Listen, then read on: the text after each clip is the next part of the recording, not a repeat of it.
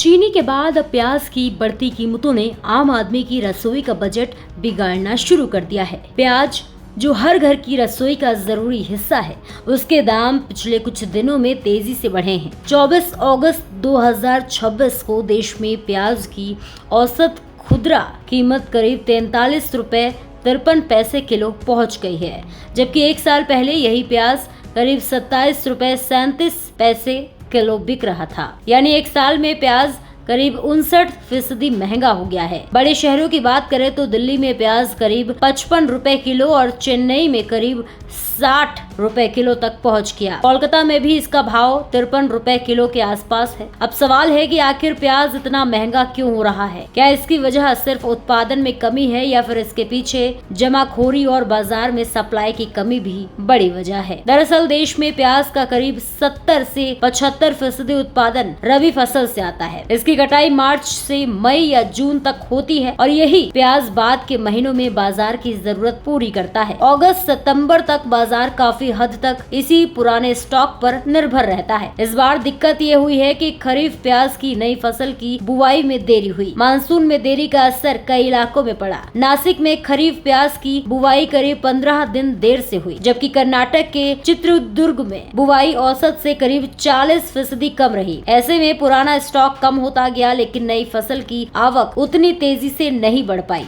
इसके अलावा कुछ इलाकों में कारोबारियों की तरफ से प्याज की स्टॉकिंग यानी आगे दाम बढ़ने की उम्मीद में प्याज खरीद कर रखने की बात भी सामने आई। बारिश ने भी सप्लाई पर असर डाला। प्याज उत्पादन वाले इलाकों से बड़े शहरों तक माल पहुंचाने में परेशानी हुई। वहीं त्योहारों का सीजन नजदीक आने से मांग बढ़ने की उम्मीद ने भी बाजार पर दबाव बढ़ा दिया। हालांकि सरकार अब कीमतों को काबू करने की कोशिश में जुट गई है। सरकार के पास करीब 1,21,000 मीट्रिक टन प्याज का बफर स्टॉक मौजूद है। इसी स्टॉक को बाजार में पहुंचाने के लिए नासिक से विशेष मालगाड़ी चलाई जा रही है, जिसे कांदा एक्सप्रेस कहा जा रहा है। सरकारी एजेंसियां एनसीसीएफ और नेफेड के जरिए इस प्याज को सस्ती दर पर बेचेंगी। सरकार की कोशिश है कि लोगों को करीब 35 रुपए किलो की दर से प्याज उपलब्ध कराया जाए। शुरुआती तौर पर दिल्ली, चेन्नई, मदुरै, कोच्चि और गुवाहाटी जैसे शहरों में इसकी सप्लाई की जा रही है। तो साफ है कि प्याज की महंगाई के पीछे सिर्फ उत्पादन की कमी जिम्मेदार नहीं है। पुरानी फसल का घटता स्टॉक, खरीफ फसल की देरी, बारिश